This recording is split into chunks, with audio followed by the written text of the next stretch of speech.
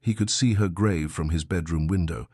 For 42 years, James Paul Forte watched that little girl's headstone from across the street, knowing what he'd done to her, knowing he'd gotten away with it, knowing he'd taken his secret to his own grave in 1980. But in February 2022, Pennsylvania State Police did something that should have been impossible. They brought him out of the ground and took his DNA.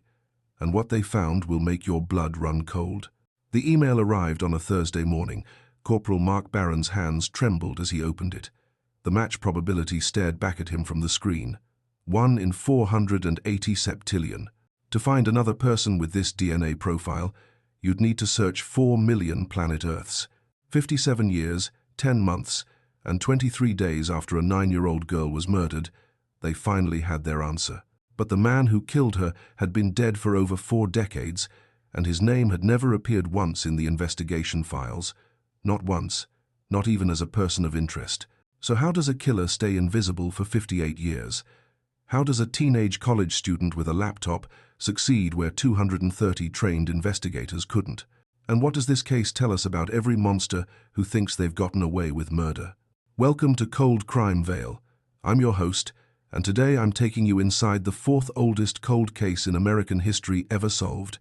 A case that changed an entire town forever. A case that transformed how we catch killers. A case that proved something terrifying and hopeful at the same time. DNA never forgets, even when everyone else does. Before we dive into this story, if you're a true crime fan who wants to see justice served even decades later, hit that subscribe button right now. This case is a marathon, not a sprint, and you're going to want to follow along for every twist, every breakthrough, and every heartbreak. Ring that notification bell, because what you're about to hear will restore your faith that no matter how long it takes, the truth always finds a way. Now let me take you back to where it all began, to a cold Wednesday morning in March of 1964, to a little girl who just wanted to make it to church on time, to the day an entire town lost its innocence. It was the kind of morning where the cold cuts through your coat and makes you wish you'd stayed in bed 5 more minutes. The wind howled through the streets of Hazelton, Pennsylvania, rattling windows and bending bare tree branches like they were made of paper. But 9-year-old Marice Anne Chiverella woke up excited. It was March 18th, 1964, and tomorrow was the feast day of St. Joseph, a big celebration at her Catholic school. She'd spent the evening before picking out the perfect canned goods from her father's grocery store, pears and beets. Not the most exciting choices for a 9-year-old, but Marice wasn't thinking about herself. She never did. She wanted to bring them to her teacher, Sister Josephine, as an offering for the feast day celebration. She also wanted to get to school early enough to attend morning mass at St. Joseph's Church. Marice was 55 pounds of pure sweetness, bright blue eyes that lit up when she smiled, dark hair that her mother brushed every morning until it shined. Her family described her as sweet and shy, the kind of kid who cared more about others than herself. She dreamed of becoming a nun. She'd just gotten an organ from Sears for Christmas and was teaching herself to play, her small fingers stretching across the keys as she practiced hymns in the living room, the music drifting through their home on Alta Street. She was born on Thanksgiving Day, November 25th, 1954, in Waterloo, New York. A Thanksgiving baby, her mother always said. A blessing. By 1964, the Chiverella family had settled into life in Hazelton, a Pennsylvania coal mining town where everyone knew everyone, where kids played in the streets until the streetlights came on, where doors were left unlocked and neighbors looked out for each other. It was the kind of place where nothing bad ever happened, until it did. The Chiverella family lived at 533 Alta Street in a neighborhood where the houses stood close together and you could hear your neighbor's radio through the walls. Her father, Carmen Chiverella, owned the Little Market, a neighborhood grocery store right next to their home, the kind of place where people bought their milk and bread, where they stopped to chat about the weather and their kids and what was happening in town. Her mother, Mary, worked at a knitting mill downtown, her hands moving quickly over the machines, creating fabric that would be shipped across the country. Marice had 4 siblings. Ronald, 16, the oldest brother who was starting to think about his future beyond Hazelton.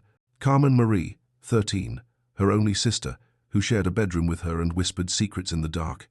Barry, 11, full of energy and always getting into something. And David, 7, the baby of the family who still climbed into his mother's lap when he was tired. That morning started like any other, except for one thing, one small decision that would change everything. Marice asked if she could walk to school alone. It was unusual. She typically walked with her siblings, all of them bundling up against the cold and making the trek together, their breath forming clouds in the frigid air. St. Joseph's parochial school was less than half a mile away, just 6 blocks through their neighborhood, but she'd never made the trip by herself. This morning was different. She wanted to get there early. She wanted to drop off those canned goods before class started. She wanted to make it to Mass. She was determined, and when Marice set her mind to something, there was no talking her out of it. Her parents looked at each other. It was only 6 blocks. Everyone in the neighborhood knew the Chiverella family. It was broad daylight. What could possibly happen? They said yes. Between 7:50 and 8 o'clock in the morning, Marice Anne Chiverella grabbed her school bag, her pocketbook, and those carefully selected canned goods. She wrapped her multicolored scarf around her neck, the one people back then called a babushka, pulling it tight against the bitter wind.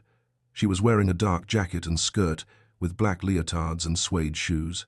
Her mother watched her walk out the door, probably thinking about what to make for dinner that night, probably thinking about the work waiting for her at the mill, probably thinking about 1,000 ordinary things. She had no idea she would never see her daughter alive again. The temperature that morning was brutally cold. The wind was fierce, cutting through the streets like a knife. But Marice pushed forward, her small body leaning into the gusts, determined to make it to church on time. She walked east along the north sidewalk, her school bag bouncing against her hip, those canned goods heavy in her arms. At approximately 8:10 in the morning, Helen Slattery, Marice's mother's cousin, saw the little girl walking near 212 West 4th Street, close to Sherman Court. She was just 1 block west of Church Street, which locals called Route 309. Slattery stood at her window and watched Marice hustling along, fighting against that bitter wind, her scarf whipping around her face. She thought about calling Marice inside to warm up for a few minutes. Maybe give her some hot chocolate. Let her catch her breath before continuing on to school. Several other neighbors saw her too. They watched this tiny girl battling the elements, and more than one of them opened their door and called out to her. "Come inside, sweetheart. Warm up for a minute. You'll freeze out there." But Marice declined every offer. She shook her head, gave them a small smile, and kept walking. She was determined. She had to make it to church on time. She had to deliver those canned goods to Sister Josephine. She had a mission, and nothing was going to stop her. That was the last time anyone saw Marice Anne Chiverella alive. Somewhere between that moment and the schoolyard, somewhere in those 6 blocks that should have been safe, someone took her. And what happened next would haunt Hazelton, Pennsylvania for the next 58 years. By midday, something was wrong. Marice hadn't shown up to school. Her teacher marked her absent through all the morning classes, which was unusual because Marice never missed school. She was the kind of student who showed up even when she had a cold, who never wanted to fall behind, who took her education seriously because she believed it would help her become a nun someday. Back at the Chiverella household, lunchtime arrived. The kids usually came home to eat, walking back from school for a hot meal before returning for afternoon classes. Barry and Carmen Marie walked through the door, stomping the cold off their feet, expecting to see Marice already at the table. But she wasn't there. Their father, Carmen, looked up from the counter of the little market. "Where's your sister?" Barry and Carmen Marie looked at each other. "We thought she was here. We thought she came home early." Carmen felt the first flutter of worry in his chest, but he pushed it down. There had to be a reasonable explanation. Maybe she'd stayed for an extra activity. Maybe she'd lost track of time helping Sister Josephine prepare for tomorrow's feast day celebration. Maybe she was so caught up in prayer at the church that she forgot about lunch. "Go back to school and find her," he told them. His voice was calm, but his hands had stopped moving. Barry and Carmen Marie nodded and headed back out into the cold. Carmen Marie went straight to Marice's homeroom teacher. The instructor looked confused. "I haven't seen Marice either," she said. "She's been marked absent all morning. I assumed she was sick. Isn't she home with you?" That's when the flutter of worry became a fist of fear. That's when everyone realized something had gone terribly, horribly wrong. Carmen Chiverella, the father, started searching immediately. He closed the little market, something he never did in the middle of the day, and went looking for his daughter. He went to St. Joseph's Church first, pushing through the heavy wooden doors, his footsteps echoing in the empty sanctuary. "Marice," his voice bounced off the stone walls. "Marice, are you here?" But there was only silence. He walked the route Marice should have taken, retracing those 6 blocks, his eyes scanning every doorway, every alley, every space where a small girl might be. He asked neighbors. He knocked on doors. "Have you seen my daughter? Have you seen Marice? She's 9 years old, dark hair, blue eyes, wearing a dark jacket. She left for school this morning and never arrived." The neighbors shook their heads. Some of them had seen her walking earlier, fighting against the wind. But that was hours ago. Where could she be now? Then one of the neighborhood women yelled over to him from her porch. Her face was pale, her voice shaking. She asked who and what he was looking for. When Carmen said he was looking for his daughter, the woman's expression changed. Something flickered across her face, something that looked like horror. "If you're looking for the little girl," she said, her voice barely above a whisper, "they found her." The words didn't make sense at first. Found her? Found her where? But the woman's face told him everything he needed to know. This wasn't good news. This wasn't Marice safe and sound somewhere. This was something else entirely. About 3 miles away from the Chiverella home in Hazel Township, there was an abandoned coal-stripping pit. It was a scar on the landscape, one of thousands left behind by decades of anthracite coal mining in northeastern Pennsylvania. The coal industry had built Hazelton, brought waves of immigrants to work the mines, created entire communities around the extraction of black rock from deep in the earth. But by 1964, the industry was dying. The Knox mine disaster in 1959 had been the death knell. Deep mining had shut down entirely, leaving behind these massive pits, these wounds in the earth that filled with water and trash and forgotten things. This particular pit was now used as an illegal dumping ground for refuse. People drove out there with their garbage, their old furniture, their broken appliances, and threw everything down into the hole. It was tucked away near Hazelton Municipal Airport, off Airport Road, far enough from town that most people forgot it existed. At approximately 1 o'clock in the afternoon, 38-year-old Arthur F. Robinson drove to the pit.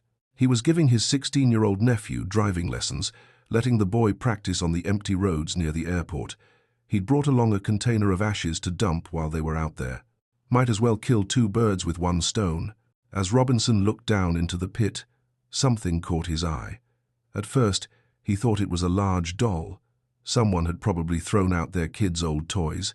But as he moved closer, walking approximately 25 feet down the slope from the top of the garbage dump, he realized what he was looking at. The color drained from his face. His nephew asked what was wrong, but Robinson couldn't speak. He just stared. It was a little girl. Arthur Robinson immediately left the site and called the Pennsylvania State Police. His hands shook so badly he could barely dial the number. Within minutes, police arrived at the scene, their sirens cutting through the quiet afternoon, and right behind them came priests from St. Joseph's Church. Back in 1964, it was common for clergy to arrive at death scenes to administer last rites, a Catholic sacrament for the dying, a final blessing before the soul departed. One of those priests looked down at the small body lying in the refuse pit, and his face went pale. He knew her. He'd seen her at Mass every Sunday, sitting with her family in the 3rd pew from the front.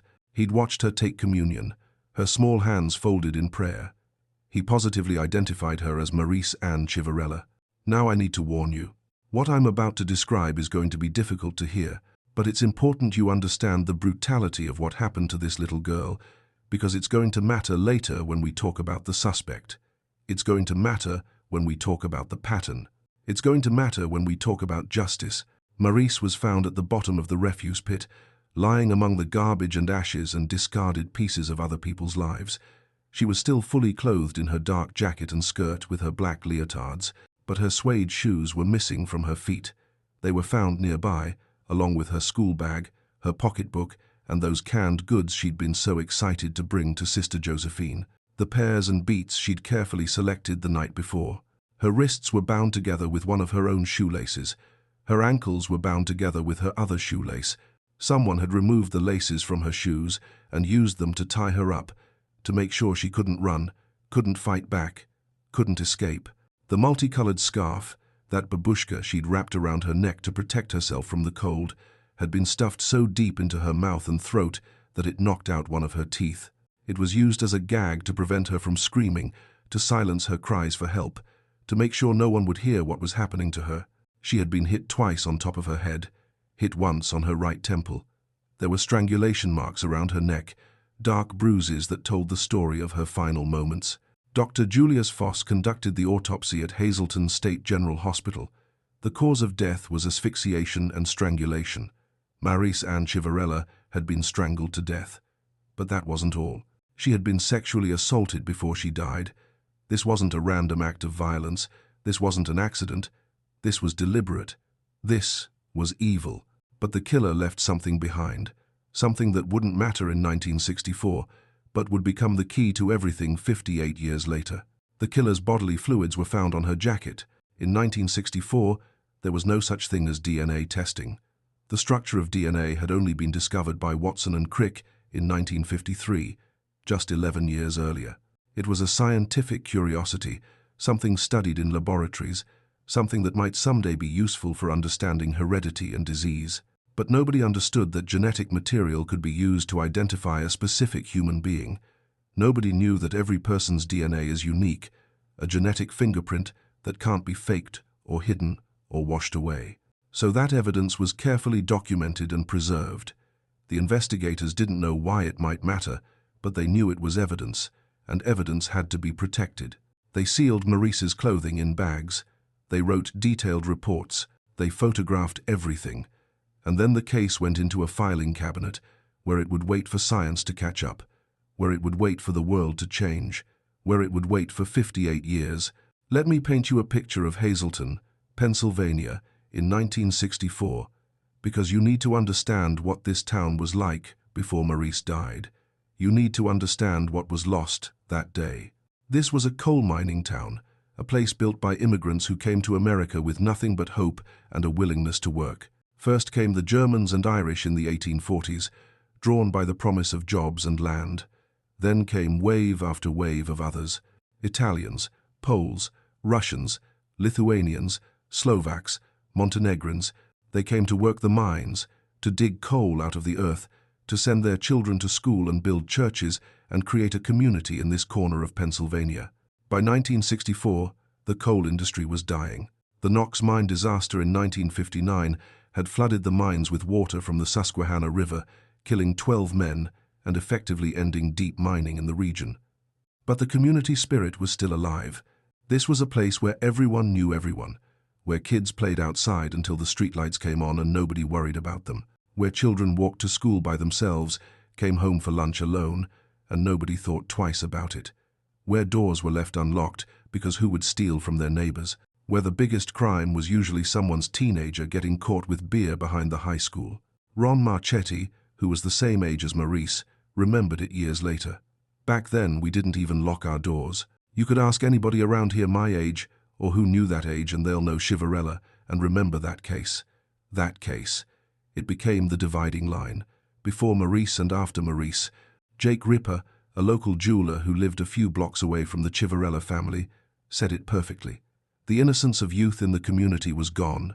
That was it. There was no more "I'm going down to my friend's house." Mom and Dad were like, "We'll take you." Everything changed in a single day. The day after the murder, Hazelton Mayor Joseph Conahan, who lived 1 block from the Chiverella home and whose children played with Marice and her siblings, made a statement to the press. His voice was heavy with grief.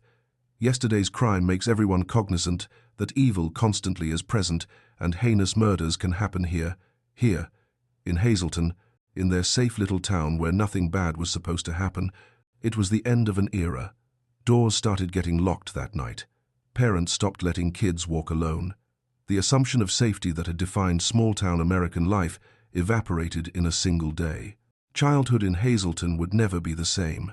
Joseph Januzzi, who was 27 at the time and later became Hazelton's mayor, remembered the fear that settled over the town like a fog.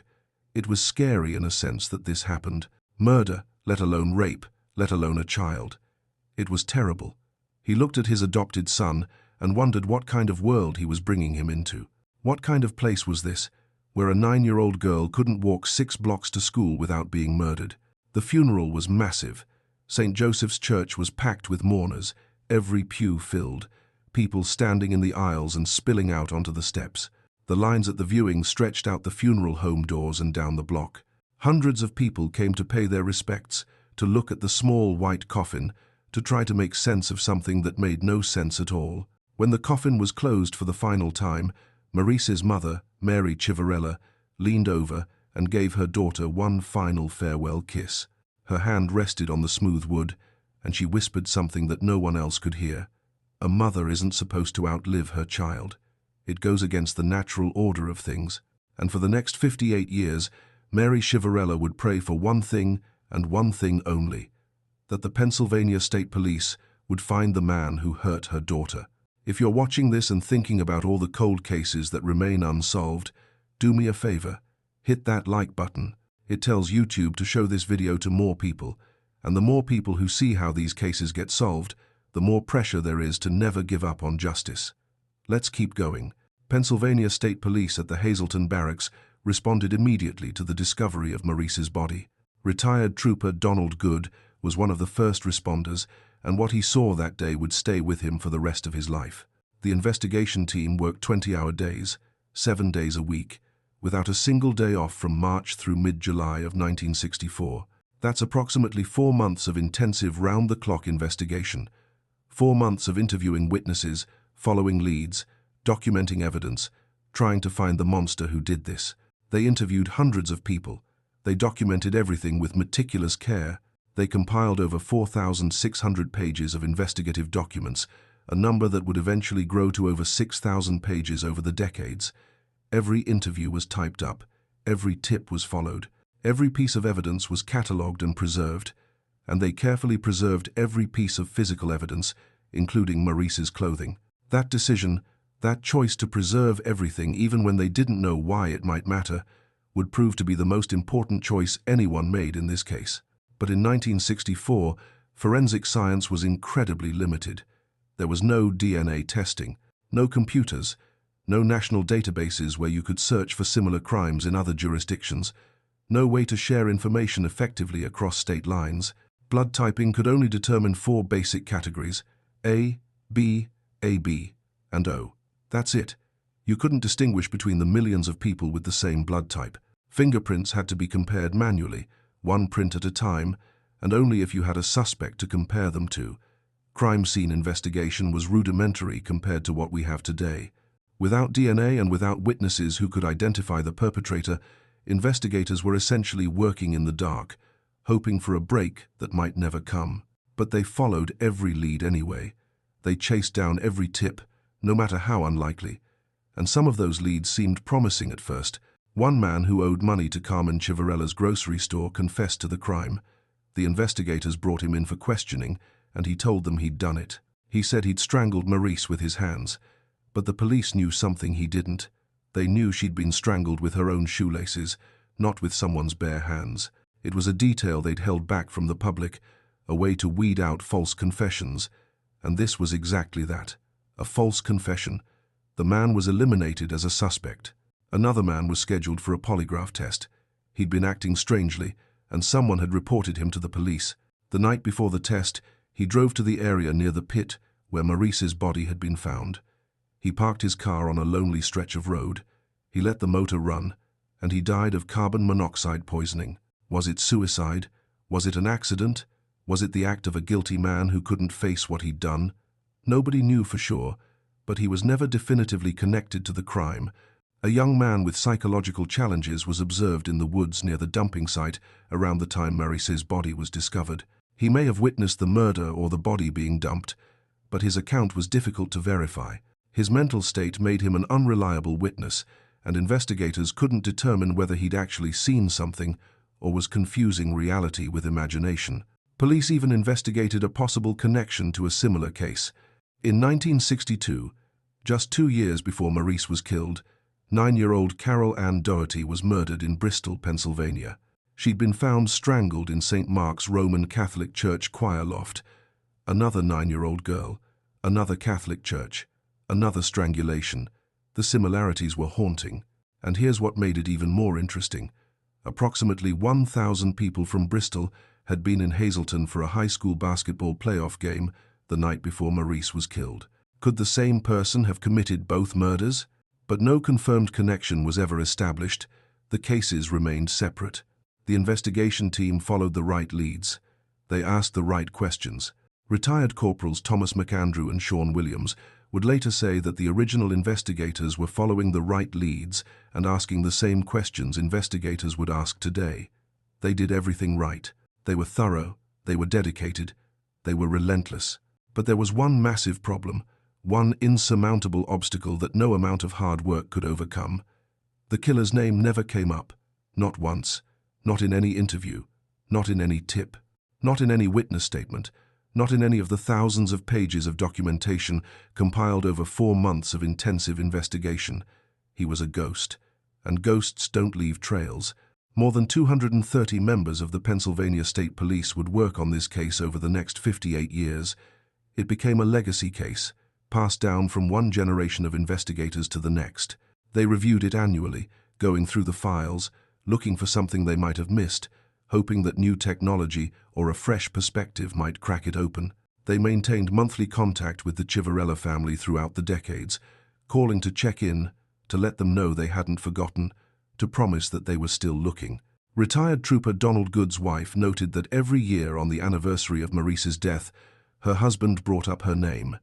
Another year had passed, he would say, another year without answers, but they never gave up. Not in 1965, not in 1975, not in 1985, not in 1995, not ever. Let me tell you about Mary Chiverella, Marice's mother, because her story is the heart of this case.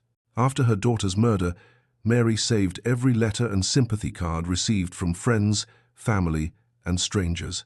Every single one. She kept them in a box, and sometimes she would take them out and read them, reminding herself that people cared, that Marice had mattered, that her daughter's life, however short, had touched others. She told her family that having Marice, even for just 9 years, was a blessing. She could have been bitter. She could have been angry at God for taking her daughter so young, for allowing such evil to touch her family, but instead, she chose gratitude. 9 years with Marice was better than no years at all. Ron Chiverella, Marice's oldest brother, remembered something that happened at every family gathering for the next 50 years. At every Sunday dinner, every holiday meal, every time the family came together, his mother would lead them in grace. They would bow their heads, and Mary would thank God for the food, for the family, for the blessings they still had. And then, at the end, she would add the same prayer, every single time. Please help the Pennsylvania State Police find the man that hurt my daughter. Year after year after year, the same prayer, the same hope, the same faith that someday, somehow, they would get answers. Eventually, Mary reached a point where she forgave the man who took her daughter, though she never knew his name. She didn't know his face. She didn't know why he'd done it. But she forgave him anyway, because carrying that hatred was too heavy a burden. Forgiveness didn't mean she didn't want justice. It just meant she refused to let him poison the rest of her life. Mary Chiverella died in 2014, 50 years after her daughter's murder. She died without knowing who killed Marice. She died still praying that prayer, still hoping for answers that would never come in her lifetime. Carmen Chiverella, the father, had died years earlier.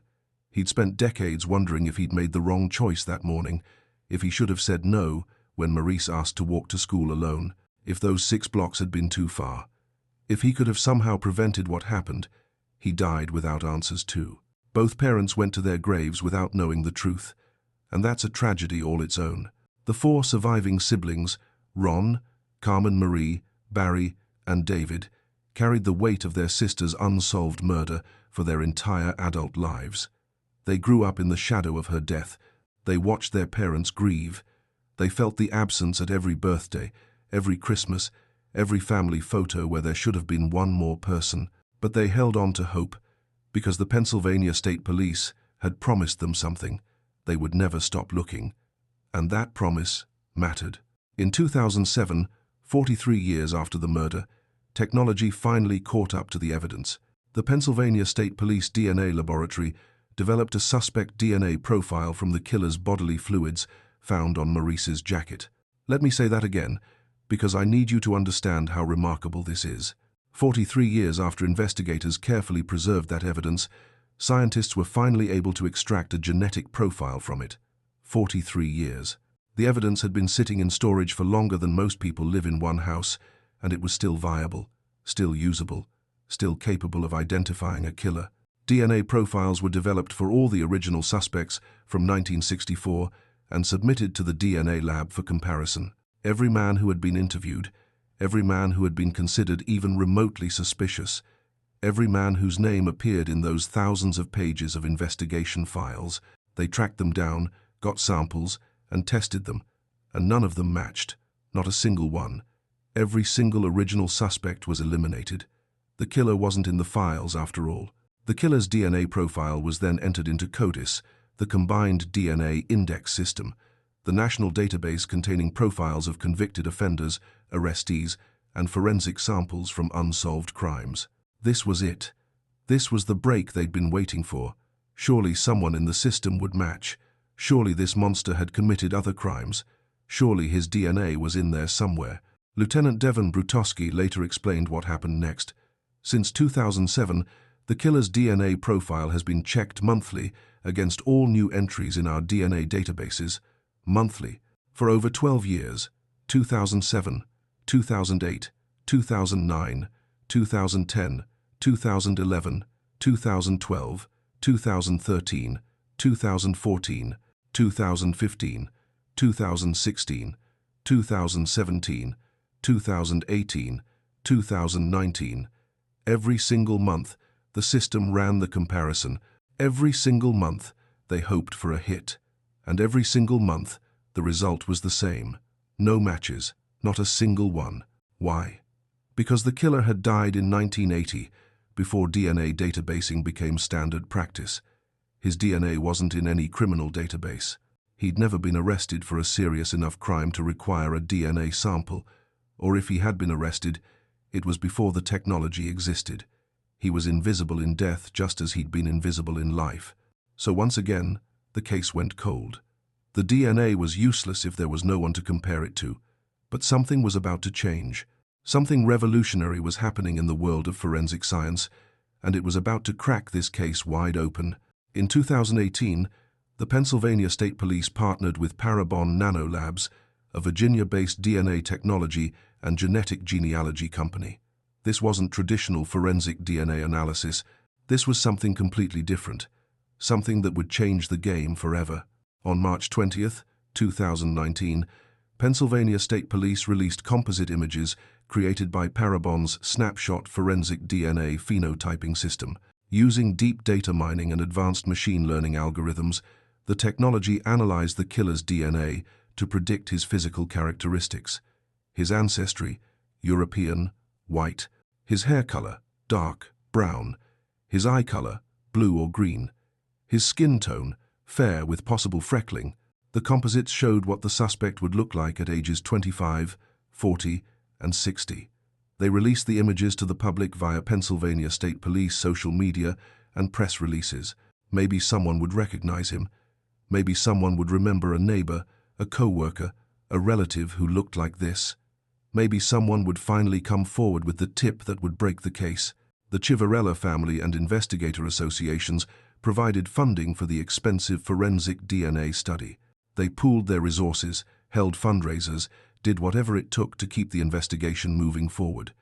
But the real breakthrough came from a different technology, something that would prove to be even more powerful than phenotyping. In 2019, Parabon uploaded the killer's DNA profile to GEDmatch, a public genealogy database. This was different from CODIS, completely different. CODIS only contains DNA from convicted offenders, people who've been arrested and had their DNA forcibly taken by the state. GEDmatch contains DNA uploaded by consumers who've taken commercial ancestry tests, people doing genealogy research, people looking for biological relatives, people building family trees and trying to figure out if they're related to someone famous or if their great-great-grandfather really did come over on a ship from Ireland, like family legend claimed. The upload found a match, a very distant relative, approximately a sixth cousin, a match of about 53 centimorgans, which is a measure of genetic linkage. Lieutenant Devon Brutowski explained it this way.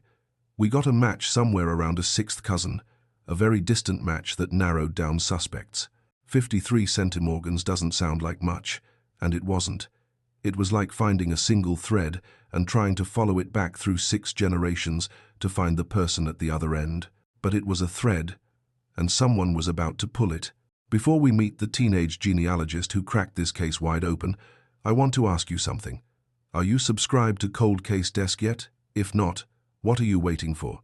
We cover the cases that never got solved until suddenly they did. Hit that subscribe button and turn on notifications so you never miss how justice finally catches up. Now, let's talk about Eric Schubert. It was February of 2020. Eric Schubert was an 18-year-old college freshman at Elizabethtown College in Pennsylvania. He was a history major from Medford Lakes, New Jersey. Just a regular kid trying to figure out what to do with his life. But Eric had a hobby that most 18-year-olds don't have. He'd been doing genealogy research since he was 8 years old. 10 years of experience building family trees, tracking down ancestors, solving mysteries about who was related to whom and how. He discovered genealogy when he learned his grandmother was adopted. That mystery sparked something in him. Who was she really? Where did she come from? What was her story? He started building family trees, learning how to use census records and birth certificates and marriage licenses to trace lineages back through time. And he got good at it. Really good. By 18, he'd already helped police departments near Philadelphia and Chicago solve cold cases using genetic genealogy. He'd started his own business, ES Genealogy, and was building a reputation as someone who could find answers where others couldn't. One night in February 2020, he was reading about cold cases in Pennsylvania. Hazelton was only about 80 miles from his college, close enough that he'd driven through it a few times. When he came across an article about Marice Anne Chiverella's case, specifically the March 2019 release of the Parabon DNA phenotyping composites, he couldn't stop thinking about it. A 9-year-old girl murdered in 1964, a case that had been cold for 56 years, a family still waiting for answers. He read everything he could find about it, and something told him he could help. So he did something most 18-year-olds wouldn't have the courage to do. He sent an email to the Pennsylvania State Police, just reaching out and saying, "Hey, I think I know what I'm doing. If I'm not stepping on any toes, I'd be happy to help," Schubert recalled years later. "I didn't think that would work, but it did, and I'm very thankful for that." Lieutenant Devon Brutowski received the email, an 18-year-old kid offering to help solve a 56-year-old murder. Most law enforcement agencies would have ignored it, would have dismissed it as some kid playing detective. But Brutowski did something smart. He vetted Schubert. He looked into the previous cold cases he'd helped solve. He checked his credentials.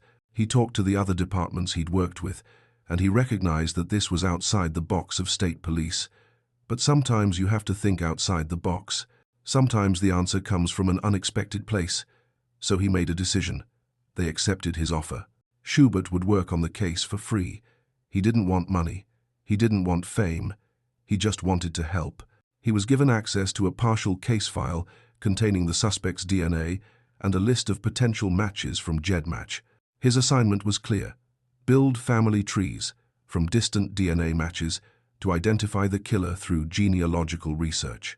His starting point was approximately 2,000 people who may be shared ancestors with whoever committed the crime, and that 53 centimorgan match, a sixth cousin relationship. To put this in perspective, imagine you're trying to find a specific person in a crowd of 2,000 people, and your only clue is that one of those people has a great-great-great-great-grandparent in common with the person you're looking for. You don't know which of the 2,000 it is. You don't know how they're related. You just know there's a connection somewhere, buried in generations of births and deaths and marriages. That's what Eric Schubert was working with. Throughout the remainder of 2020 and all of 2021, Eric Schubert worked. He spent up to 20 hours per week on the case, on top of his college coursework, on top of everything else in his life. 20 hours a week building family trees, studying distant matches, constantly asking investigators for more DNA samples to test. He would find a potential relative, ask the police to track them down and get a voluntary sample, then incorporate that new information into his trees.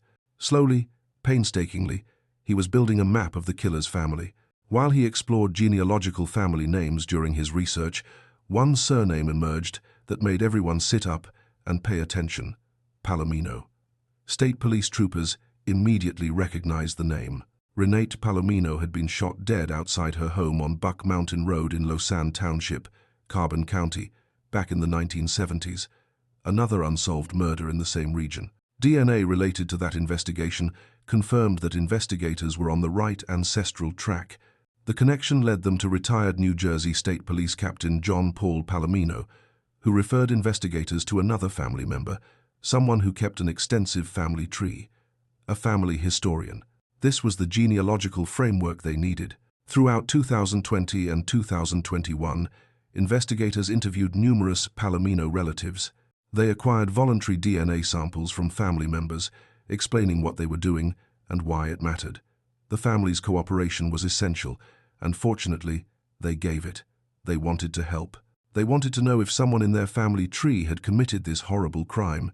Schubert built extensive family trees, working to narrow down from distant matches to closer relatives.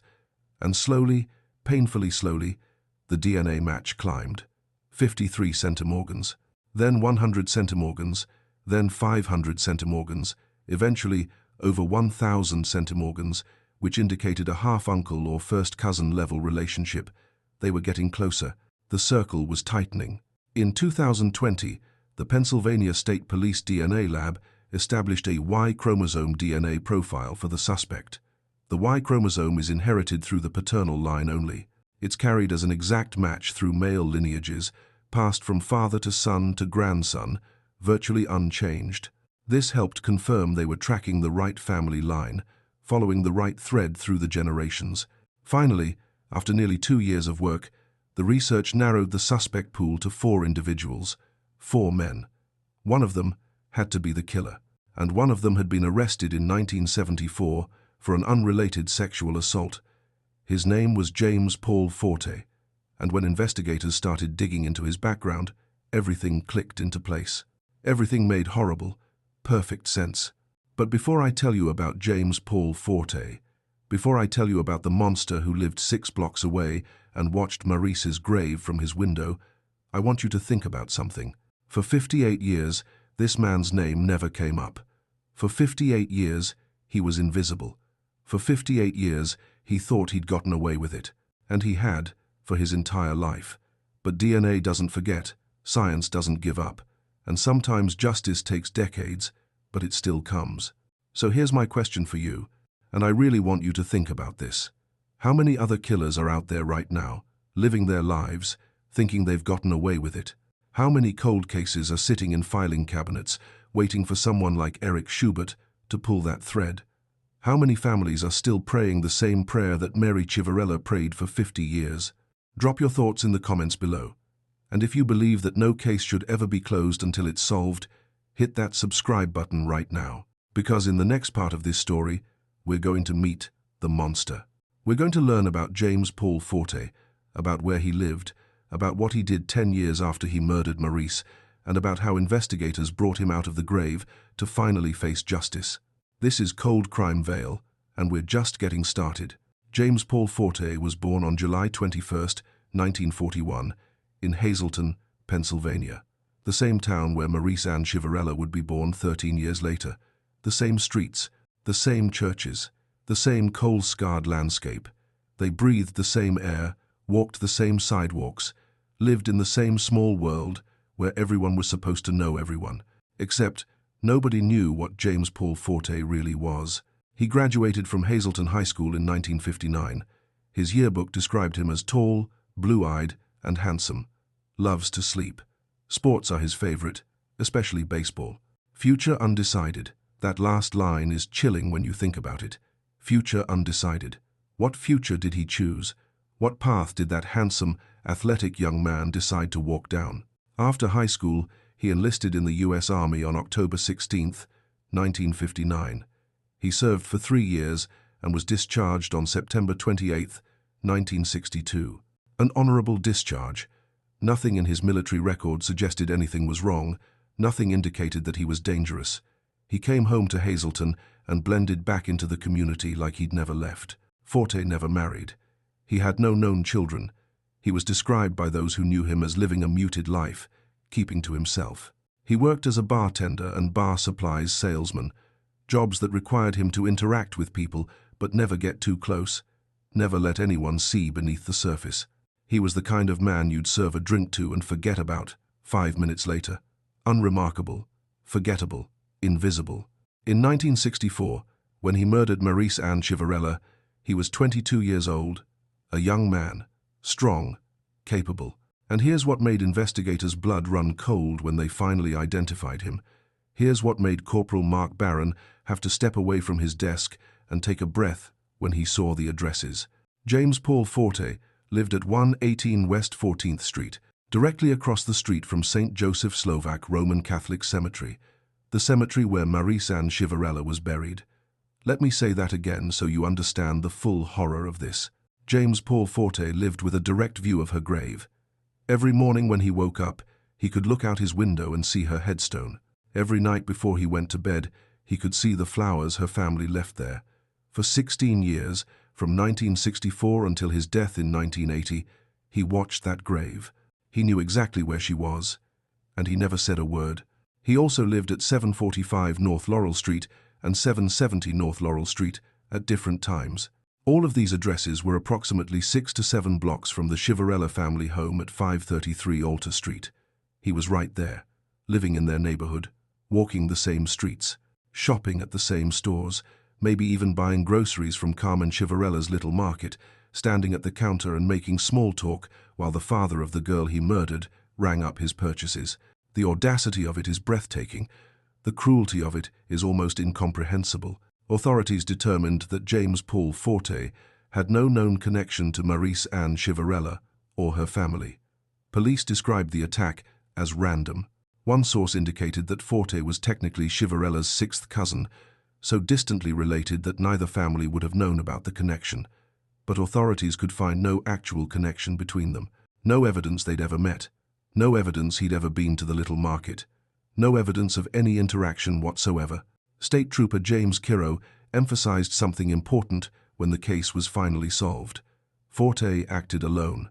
His family had no knowledge of what he did, so people have to remember not to vilify them. The Forte family can't atone for his crimes. This is crucial.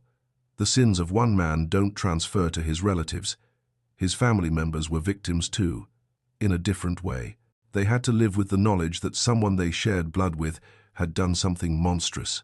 Corporal Mark Barron, who had become the lead investigator on the case, read all approximately 5,000 pages of investigation files compiled over 58 years, every interview, every tip, every lead, every dead end. And when he was done, he said something that perfectly captured the frustration of this case. "I've read the report. He's not there."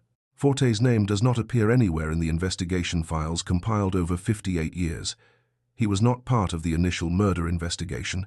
He was never interviewed. He was never considered a suspect. He was never even mentioned in passing. He was invisible until genetic genealogy found him. But here's where this story takes a turn that will make you furious. Here's where you'll understand why investigators were so certain they had the right man. Because James Paul Forte didn't just kill once and stop. He didn't just murder Marice and then live a quiet life. 10 years after he murdered that 9-year-old girl, he did it again. Not murder, but close. And the system failed to stop him. It was April 3rd, 1974, 4 o'clock in the morning. A 23-year-old woman went with Forte to the Capri Lounge at Alta and 2nd Streets. She was visiting a friend in Hazelton, just passing through town, probably thinking about how she'd be home soon, back to her normal life. When the bar closed, Forte offered to give her a ride. She accepted. Why wouldn't she? He seemed nice enough. He was a bartender. He'd been friendly all night. What could go wrong? But Forte didn't take her home. Instead, he drove to Stockton Mountain Road in Hazel Township, a remote area, isolated. The same kind of place where Marice's body had been dumped 10 years earlier. And he violently attacked her. The victim was sexually assaulted in what investigators later described as a very violent encounter. Very violent. Those are the words they used in the official report. When a truck stopped behind Forte's car, probably a driver wondering why someone was parked on that lonely road in the middle of the night, Forte panicked. He fled the scene, driving away quickly. He eventually let the woman out at West Broad and Vine Streets, just dumped her on the side of the road like garbage. She walked home in the dark, traumatized and terrified. She called friends and police. She was taken to the hospital for examination and treatment. A search warrant was served on Forte's vehicle. Police retrieved hair samples from the front seat and mud, indicating the car had been driven in the area where the assault took place. The evidence was solid. The victim's testimony was clear. They had him. This was an open and shut case.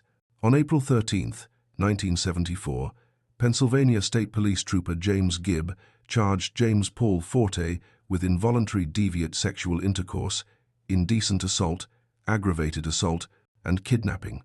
Serious charges. The kind of charges that should result in serious prison time. Forte was released on $5,000 bail, and everyone assumed justice would be served. Everyone assumed this violent predator would be locked away where he couldn't hurt anyone else. And then something happened that should make every person watching this absolutely furious.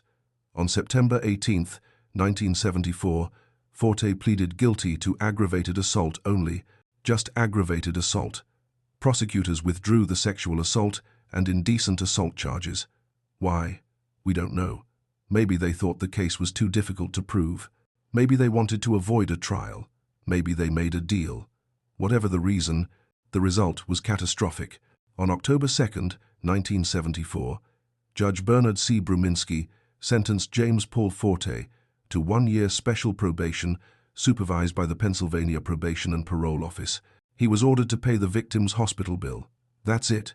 No prison time. No serious consequences. No sex offender registration, because that didn't exist yet. A violent sexual predator walked free. He went back to his apartment across from the cemetery. He went back to his job as a bartender. He went back to his life as if nothing had happened, and the system let him. Think about that for a moment. Think about what could have been prevented if James Paul Forte had been properly prosecuted in 1974, if he'd been sent to prison for 10, 15, 20 years, if his DNA had been taken and entered into a database when that technology became available. Marice's case could have been solved in the 1990s or early 2000s. Her parents could have died knowing the truth. The Chiverella family could have had answers decades earlier, but instead, Forte got a slap on the wrist and continued living his life. Now let me connect the dots for you, because the pattern here is undeniable. The 1974 assault and the 1964 murder had chilling similarities. Both involved violent sexual assault. Both occurred in the Hazelton and Hazel Township area. Both involved Forte using his vehicle to transport victims to remote locations. Both attacks occurred in secluded, isolated places where no one could hear screams. Both victims were physically restrained. Both were described as extremely violent encounters. The only real differences were that the 1974 victim was an adult who survived, and Marice was a 9-year-old child who was murdered. And here's the tragedy that should haunt everyone involved in that 1974 prosecution. At the time of Forte's arrest and trial, investigators working the Chiverella case were unaware of the connection. Forte's name had never come up in the investigation. DNA technology did not exist. There was no way to connect the 1974 attack to the 1964 murder. The dots were right there, but no one could see them. Had DNA analysis been available in 1974, Marice's case might have been solved 48 years earlier, but it wasn't, and it wasn't, and James Paul Forte walked free. 4 years later, in 1978, he was arrested again by Hazelton police for reckless endangerment and harassment. Police were called to the area of Manhattan Court and 11th Streets for a report of a man running with a gun. Was it Forte? The records suggest it was. What happened with that case? Nobody knows. The records are lost to time. The files are gone. But it's another data point. Another indication that James Paul Forte was dangerous. Another missed opportunity. On May 16, 1980, James Paul Forte's story came to an end. He was 38 years old. He was working as a bartender at Janetti's Best Western Motor Lodge on Route 93, also called Route 309, in Hazel Township. It was a normal day. He was serving drinks, making small talk with customers, doing his job, and then he collapsed, just dropped behind the bar. Heart attack or heart failure, authorities believe. Natural causes. He was dead upon arrival at the hospital. No warning, no dramatic final confession, no deathbed revelation. He just died, taking his secrets with him. He was buried in Calvary Cemetery in Drums, Luzerne County, Pennsylvania. A quiet funeral, a simple headstone, and for 42 years, James Paul Forte's secret was safe. For 42 years, he rested in that grave, his DNA locked in his bones, his crimes forgotten by everyone except the families he'd destroyed. He died believing he had gotten away with murder, and for most of his life, he had. But DNA doesn't die. DNA doesn't decay the way flesh does. DNA waits. And in December of 2021, investigators made a decision that would change everything. They were going to bring James Paul Forte's DNA out of the grave. Police met with the Luzerne County District Attorney's Office to determine their next steps. They had strong genealogical evidence pointing to James Paul Forte. Eric Schubert had built the family trees. The DNA matches had climbed from 53 centimorgans to over 1,000. The circle had narrowed to 4 suspects, and Forte was at the top of the list. But genealogical evidence isn't enough for a definitive identification. They needed a positive identification through direct DNA comparison. They needed to be absolutely certain. There was only one way to do that. Exhumation. The word itself is unsettling. Exhumation. Digging up a grave. Disturbing the dead. It's not something law enforcement does lightly. It requires court approval, careful planning, respect for the deceased and their family. But in this case, it was necessary. It was the only way to know for sure. They obtained a search warrant on January 6, 2022, 41 years, 7 months, and 21 days after James Paul Forte died. Think about that timeline. Forte had been in the ground longer than Marice had been alive. He'd been dead longer than she'd been murdered. But science was about to reach back through time and pull the truth out of his bones. His body was exhumed from Calvary Cemetery in Drums, Pennsylvania. A tissue sample was obtained for DNA comparison. The process was conducted with the cooperation of Calvary Cemetery officials and the assistance of the Luzerne County District Attorney's Office. They treated it with the seriousness it deserved. This wasn't just about solving a case. This was about giving a family answers. This was about proving that justice, however delayed, still matters. Deputy District Attorney Daniel Zola later said something that perfectly captured the moment, something that should be quoted in every cold case investigation from now on. Forte may have thought he took his secret to the grave, but we brought him out of the ground and took his DNA. We brought him out of the ground. The dead don't get to keep their secrets anymore. Not in the age of genetic genealogy. Not when science can reach back through decades and pull the truth into the light. The tissue sample was sent to the Pennsylvania State Police DNA lab, and then they waited. Days turned into weeks. The Chiverella family was notified that they were close, that they might finally have an answer, but nothing was certain yet. The lab had to extract DNA from tissue that had been buried for over 40 years. They had to amplify it, sequence it, compare it to the profile from Marice's jacket. Any number of things could go wrong. The sample could be degraded. The DNA could be contaminated. The match could be inconclusive. But on February 3, 2022, the results came back, and they were definitive. The DNA profile from James Paul Forte's exhumed remains matched the DNA profile from the semen stain on Marice Anne Chiverella's jacket. The match probability was 1 in 480 septillion. Let me put that in perspective one more time, because I need you to understand how astronomically certain this is, how beyond any reasonable doubt this is, how absolutely, unquestionably, scientifically proven this is. Scientists estimate that approximately 117 billion people have ever lived on Earth throughout all of human history. From the first humans in Africa hundreds of thousands of years ago to every person alive today, 117 billion. To find another person with this same DNA profile, you would need to search over 4 million planet Earths. 4 million. The number is so large it becomes almost meaningless. But what it means is this. James Paul Forte killed Marice Anne Chiverella. There is no doubt. There is no uncertainty. There is no possibility of a mistake. The Y chromosome DNA profile also matched, confirming the paternal lineage that Eric Schubert had traced through 2 years of genealogical research. Every piece of evidence pointed to the same conclusion. Every test confirmed what the family trees had suggested. James Paul Forte was the monster who had lived 6 blocks away, the man who could see her grave from his window, the man whose name never appeared in the investigation, the man who got away with murder for his entire life.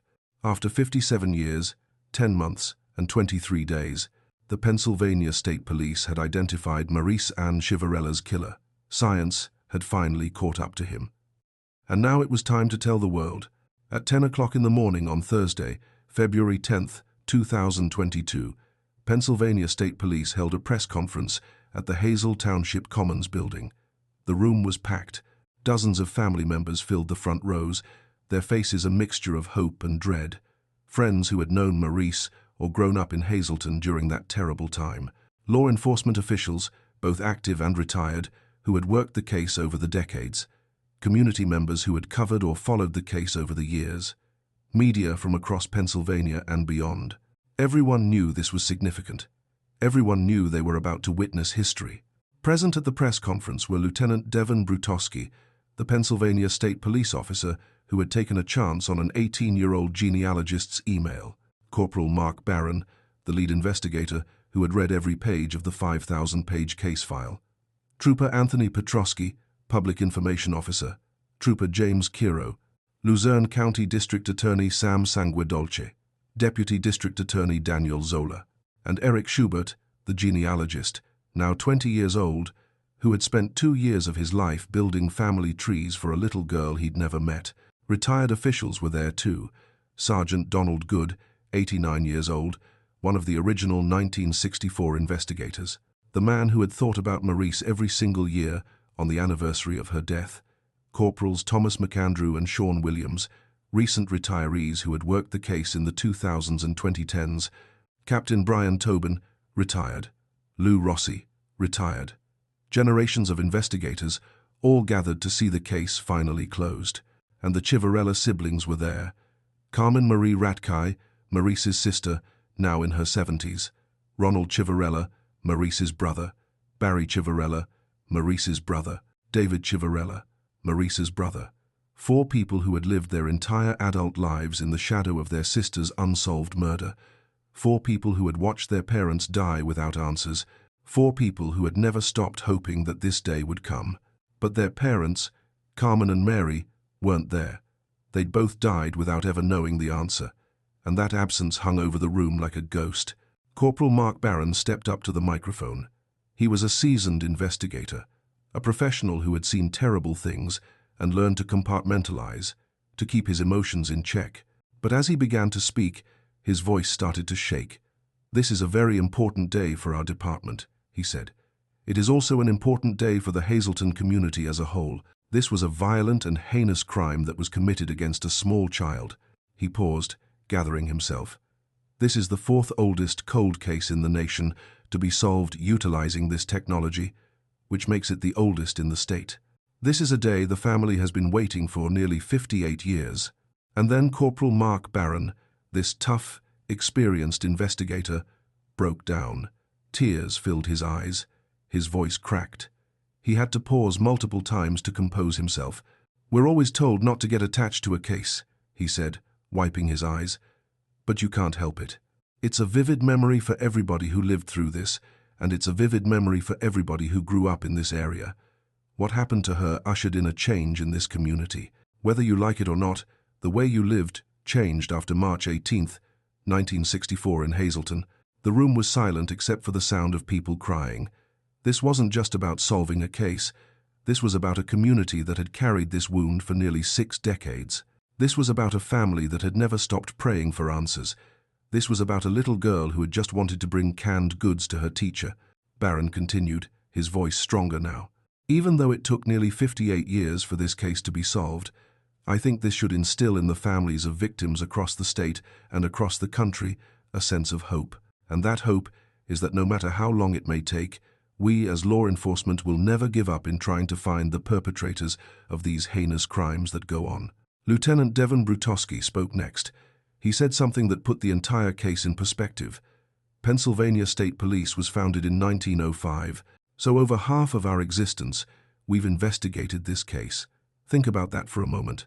The Pennsylvania State Police had spent more than half of its entire organizational history working on this single case. More than half. That's not just dedication. That's a promise kept across generations. District Attorney Sam Sanguedolce addressed the room, his voice firm. The dedication to this case is what solved it. It is our greatest regret that we can't prosecute this individual, but as the family says, he will see vengeance. There would be no trial, no jury, no chance to confront the killer in court, but there would be truth.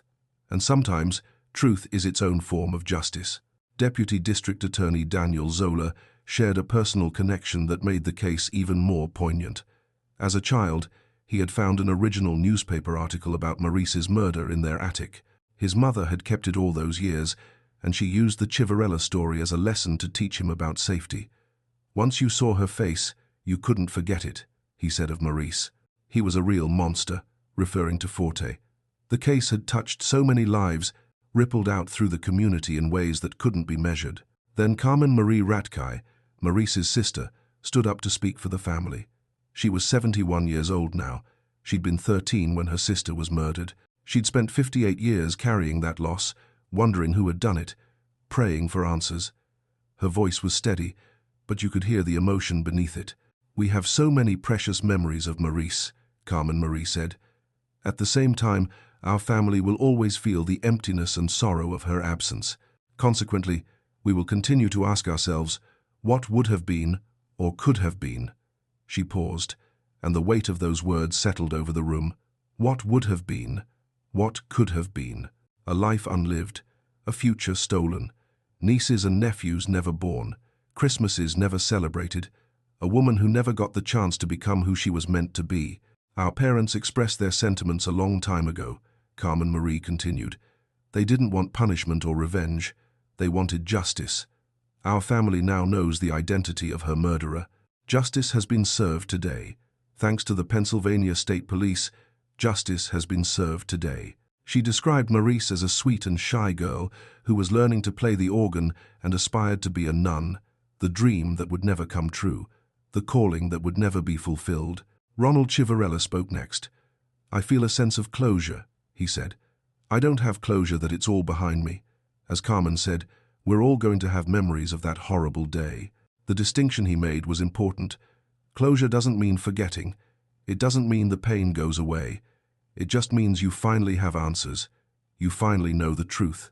"All of those 58 years, Ronald continued, the Pennsylvania State Police routinely made their presence known continuously. Troopers provided comfort and hope and never left the family side, forging an emotional connection. We'll continue to ask questions we did in the past. What could have been? What would have been? What nieces and nephews? It'll never be known because of the loss of Marice." He rattled off a list of troopers by name, referring to them as the frontline team. Over the past 58 years, the Pennsylvania State Police have continuously worked this case, and a special thanks to the frontline team. Our family thanks you so much. It wasn't just gratitude, it was recognition that these investigators had become part of their family, that the bond forged through shared grief and determination had lasted across decades. The core message from the Chiverella family was clear, and it's something we should all remember. Their parents never sought revenge or punishment. They only wanted justice. It was never about hatred. It was never about making someone suffer. It was about affording Marice the rights that were ripped away from her. The right to live, the right to grow up, the right to become a mother and have children, the right to fulfill her dream of becoming a nun, the right to exist. Eric Schubert, the 20-year-old college junior who had worked on the case for 2 years, was visibly emotional as he spoke.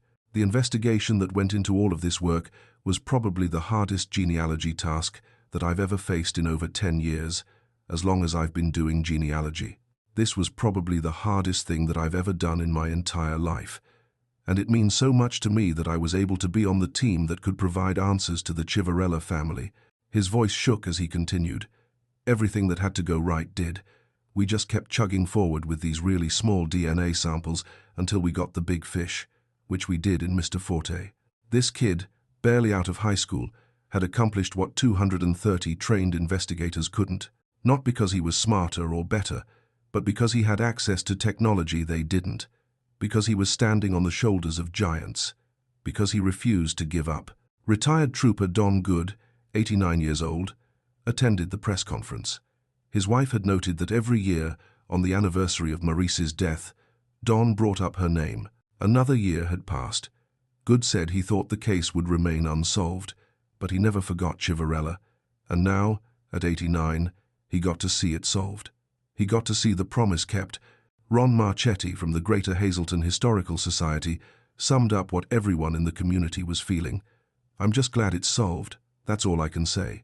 Finally, after all these years, back then we didn't even lock our doors. The case had cast a long, dark shadow over Hazelton for nearly 58 years. The press conference represented not just resolution for the Chiverella family, but for an entire community that had lived with the fear and grief of an unsolved child murder for generations. But here's something that should concern all of us.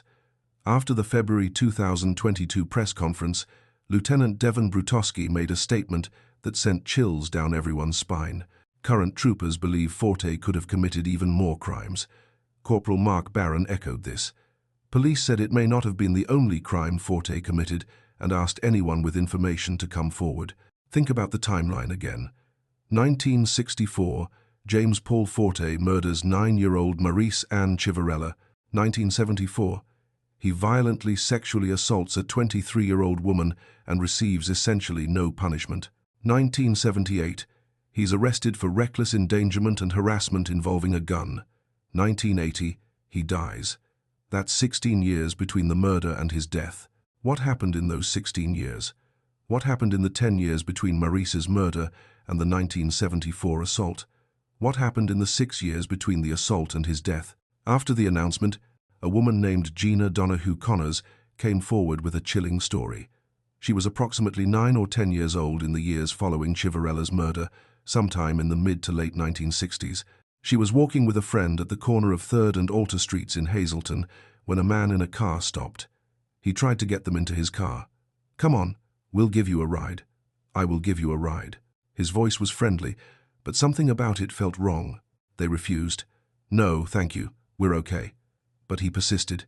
"No, no, no. Come on, we'll give you a ride."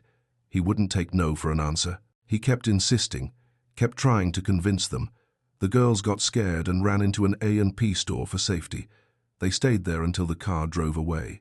After seeing James Paul Forte identified in 2022, after seeing his photograph in the news, Donahue Connors believed it was the same man. "Now that she's made the connection, it brings her closure," she said, "but still makes her uneasy. How many other little girls did he approach? How many other times did he try? How many times did he succeed?" Investigators stated clearly, and I want you to hear this. While they cannot be certain, state troopers do not believe that Marice Chiverella was Forte's only victim. If you or someone you know has information about James Paul Forte or suspected crimes in the Hazelton area from 1964 to 1980, Pennsylvania State Police are asking you to call 570-459-3890. Even decades later, information matters. Even decades later, other families might be waiting for answers. So let me ask you something, and I want you to really think about this. How many James Paul Fortes are out there right now? How many men who committed crimes in the 1960s, 70s, 80s, and 90s are living quiet lives, thinking they got away with it? How many of them are watching the news, seeing cases like this get solved, and feeling that first flutter of fear? How many of them are realizing that DNA doesn't forget, that science keeps advancing, that the evidence they left behind 40, 50, 60 years ago is still sitting in a storage room somewhere, waiting for technology to catch up? And here's the question that should keep every cold case killer awake at night. If they can bring James Paul Forte out of the grave after 42 years, what makes you think you're safe? What makes you think your secret is secure? What makes you think that the thread Eric Schubert pulled won't eventually lead to you? Drop your thoughts in the comments below. Do you think there are more victims? Do you think Forte killed before Marice? Do you think he killed after? And if you believe that every cold case deserves the same dedication that this one received, hit that subscribe button right now, because we're about to bring this story home. We're about to talk about legacy, about what this case means for the future of cold case investigation, and about why DNA is the most powerful tool we've ever had in the fight for justice. This is Cold Crime Vale, and the final chapter is coming. The equation is simple, but it changes everything. DNA plus time plus determination equals justice. It doesn't matter if the killer is dead. It doesn't matter if 50 years have passed. It doesn't matter if every original investigator has retired or died. The equation still works. And James Paul Forte's case proved it beyond any shadow of doubt. After the February 10th, 2022 press conference, the world took notice. This wasn't just a local story anymore. This wasn't just about Hazelton, Pennsylvania. This was about what's possible when science, dedication, and hope refuse to give up. News outlets across the country picked up the story. The Washington Post, NBC News, ABC News, CBS News, Fox News, CNN. Every major media organization wanted to know how a 58-year-old cold case had been cracked. How an 18-year-old college student with a laptop had succeeded where 230 trained investigators couldn't. How DNA from a man dead for 42 years had finally brought justice to a 9-year-old girl. The Chiverella family appeared on multiple news programs, telling Marice's story to audiences who had never heard her name before. They spoke about their parents, Carmen and Mary, who had died without answers. They spoke about the 58 years of waiting, of praying, of hoping that someday the truth would come out. And they spoke about what it meant to finally know, to finally have a name, to finally understand that their sister's killer hadn't been some mysterious stranger from far away, but a man who lived 6 blocks from their home, a man who could see her grave from his window. Carmen Marie Ratkai told reporters something that captured the bittersweet nature of the resolution. "We have closure in knowing who did this to our sister, but we'll never have closure from losing her. The pain doesn't go away, the absence doesn't get filled, but at least now they knew. At least now they could stop wondering." The case became a teaching moment for law enforcement agencies across the country. Pennsylvania State Police held training sessions on genetic genealogy, explaining how the technology works, how to partner with genealogists, how to navigate the legal and ethical questions that come with using consumer DNA databases to solve crimes. Other cold case units reached out, asking for guidance, wanting to know if their old cases might be solvable using the same techniques. And the answer was yes, absolutely yes. If evidence was properly preserved, if DNA could be extracted, if there were distant relatives in genealogy databases, then cases that seemed hopeless might suddenly have a path forward. The Chiverella case wasn't an anomaly, it was a blueprint. Lieutenant Devon Brutowski became an advocate for never giving up on cold cases. He gave interviews emphasizing that the dedication to this case is what solved it. Not luck, not a random tip, not a deathbed confession. Dedication. The refusal to let the case file gather dust, the monthly checks of DNA databases, the annual reviews of the evidence, the constant contact with the family, the willingness to try new approaches even if they seemed unconventional, even if they involved trusting an 18-year-old kid with an email. Corporal Mark Barron, who had broken down in tears at the press conference, spoke about what the case meant to him personally. "You can't help but get attached," he said. "When you read 5,000 pages about a little girl's life and death, when you see the crime scene photos, when you talk to the siblings who still remember that day, you become invested. You make a promise, even if it's just to yourself, that you won't stop until you find the answer. And when you finally do, when you finally get to tell that family that you know who did it, there's no feeling like it in the world." Eric Schubert, the genealogist who had spent 2 years building family trees, found himself in demand. Other law enforcement agencies wanted to hire him. Other cold cases needed his expertise. He was still in college, still figuring out his future, but suddenly he had a career path that made sense. He could help families get answers. He could use his skills to bring justice to people who had been waiting decades for it, and that felt like a calling. In interviews, Schubert was humble about his role. "I was just one piece of a very large puzzle," he said. "The original investigators did incredible work preserving the evidence. The DNA lab extracted a profile from 58-year-old evidence, which is remarkable. The troopers who never gave up, who kept checking databases every month for over a decade, they're the real heroes. I just connected some dots. But those dots mattered. Those dots changed everything. The case also sparked a broader conversation about the ethics of using consumer DNA databases for law enforcement purposes. GEDmatch, the platform where the initial distant match was found, had become a tool for solving cold cases. The Golden State Killer case in 2018 had been the first major breakthrough using this technique, and now the Chiverella case was the fourth oldest cold case ever solved using genetic genealogy. But not everyone was comfortable with it. Privacy advocates raised concerns. When people upload their DNA to genealogy websites, they're usually looking for information about their ancestry or trying to find biological relatives. They're not expecting that their genetic information might be used to identify a distant cousin who committed a crime decades ago. Is that an invasion of privacy? Is that a violation of trust? Or is it a reasonable use of publicly available information to solve serious crimes? GEDmatch eventually created a two-tier system. Users could opt in to law enforcement matching or opt out. If you opted in, your DNA profile could be used to help solve crimes. If you opted out, it couldn't. The Chiverella case had been solved using profiles from people who had opted in, people who wanted their genetic information to be available for this purpose. But the debate continued. Where's the line between public safety and personal privacy? How do we balance the desire for justice with the right to control our own genetic information? For the Chiverella family, there was no debate. They were grateful for every person who had uploaded their DNA to GEDmatch. They were grateful for every distant cousin who had unknowingly provided a piece of the puzzle.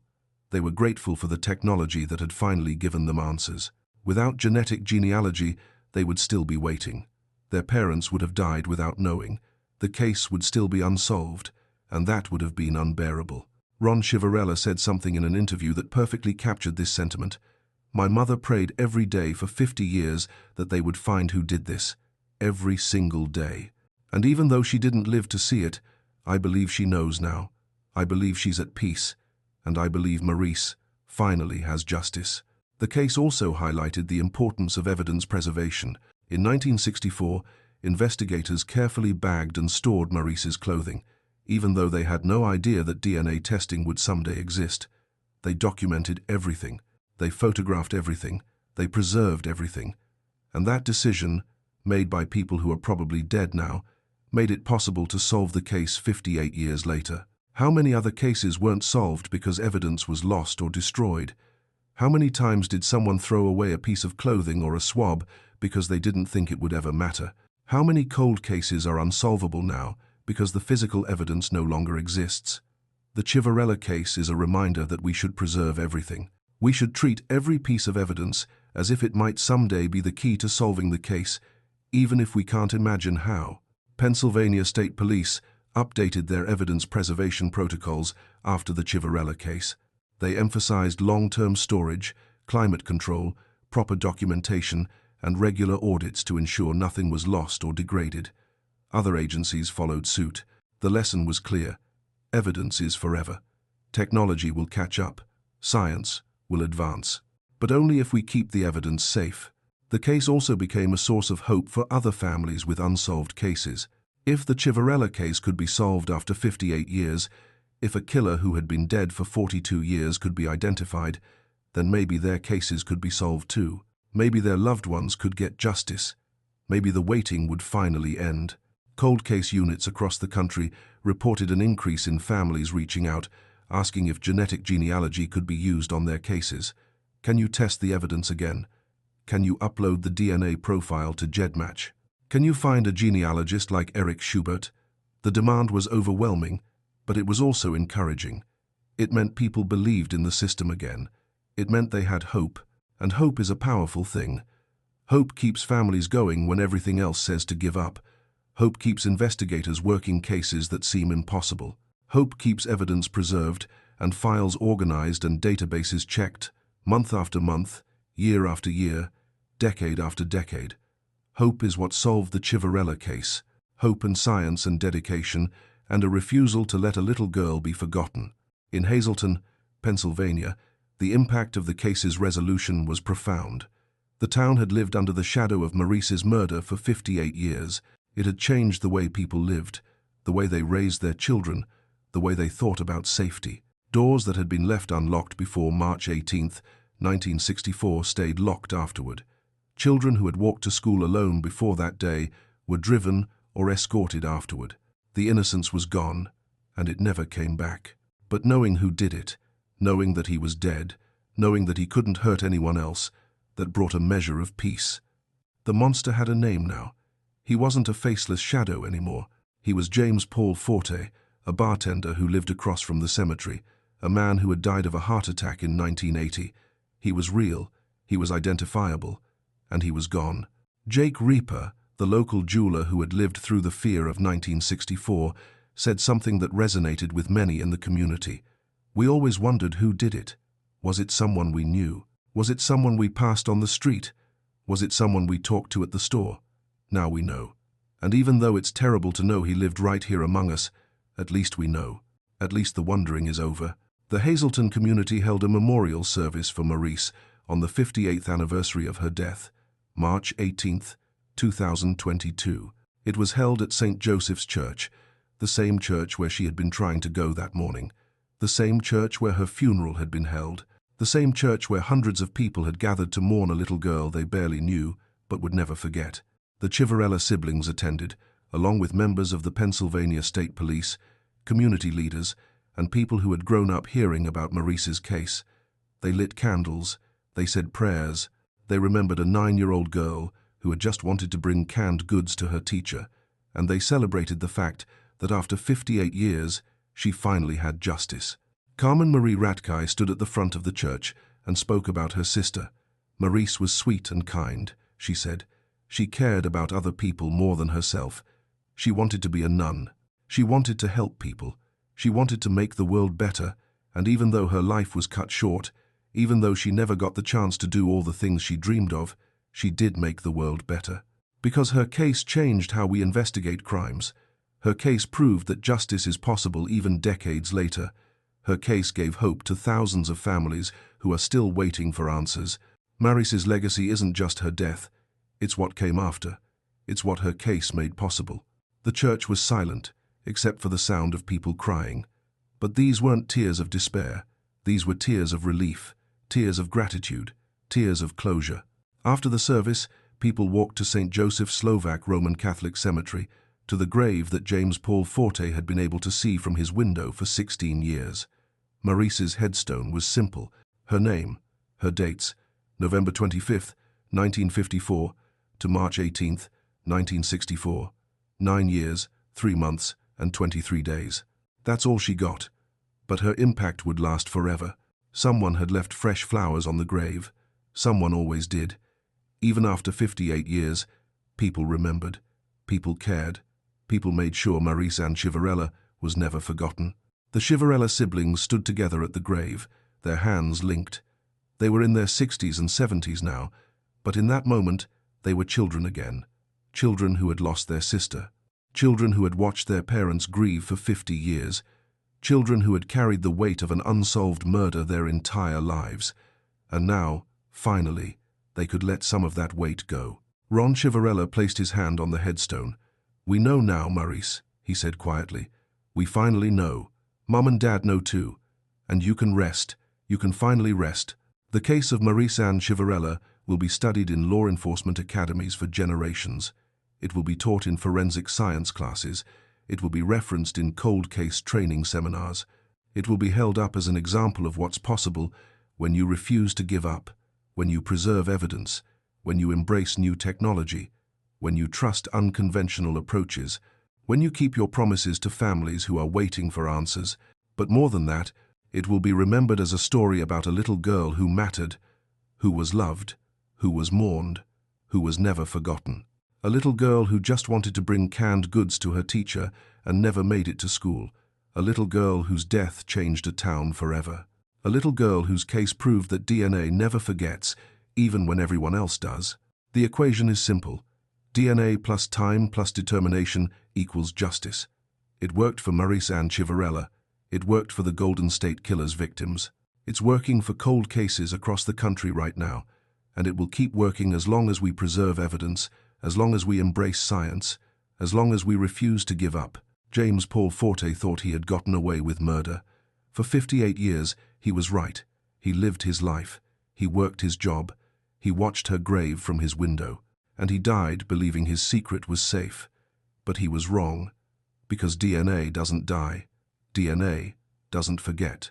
And in 2022, science reached back through time, pulled him out of the ground, and exposed the truth. There's a lesson in that. For every killer who thinks they've gotten away with it. For every person who committed a crime decades ago and believes they're safe because so much time has passed. For every monster who thinks the statute of limitations on justice is their lifespan. You're not safe. Your DNA is still out there. The evidence is still preserved. The technology is still advancing. And somewhere, there's an investigator who refuses to give up. Somewhere, there's a genealogist building family trees. Somewhere, there's a family still praying for answers. The equation works. DNA plus time plus determination equals justice. And your time is running out. So here's what I want you to do. If you're watching this and you have information about an unsolved crime, any unsolved crime, contact your local police department. If you're watching this and you've uploaded your DNA to a genealogy website, consider opting in to law enforcement matching. Your genetic information could be the key to solving a case like Marice's. It could give a family the answers they've been waiting decades for. It could bring a killer to justice. If you're watching this and you work in law enforcement, don't give up on your cold cases. Review them annually. Preserve the evidence. Embrace new technology. Partner with genealogists. Check the databases. Keep your promises to the families. Because the Chiverella case proved that no case is too old, no case is too cold, no case is unsolvable. And if you're watching this and you believe that every victim deserves justice, no matter how long it takes, I need you to do 3 things right now. First, hit that subscribe button. We cover cases like this, cases where justice finally catches up, cases where families finally get answers. You don't want to miss a single one. Second, hit that like button and drop a comment telling me what you think about this case. Do you think there are more victims? Do you think genetic genealogy should be used for all cold cases? What's your reaction to the fact that Forte lived 6 blocks away and was never even interviewed? I want to hear from you. And third, share this video. Share Marice's story. Make sure people know her name. Make sure people understand that DNA never forgets. Make sure people know that justice is possible, even after 58 years. Marice Anne Chiverella was 9 years old. She weighed 55 pounds. She had bright blue eyes and dark hair. She dreamed of becoming a nun. She was learning to play the organ. She loved her family. She cared about other people. She just wanted to bring canned goods to her teacher. And on March 18, 1964, someone took all of that away from her. But 58 years later, science gave her justice. 58 years later, her family got answers. 58 years later, the world learned her name. And that matters. That matters more than anything. This is Cold Crime Vale.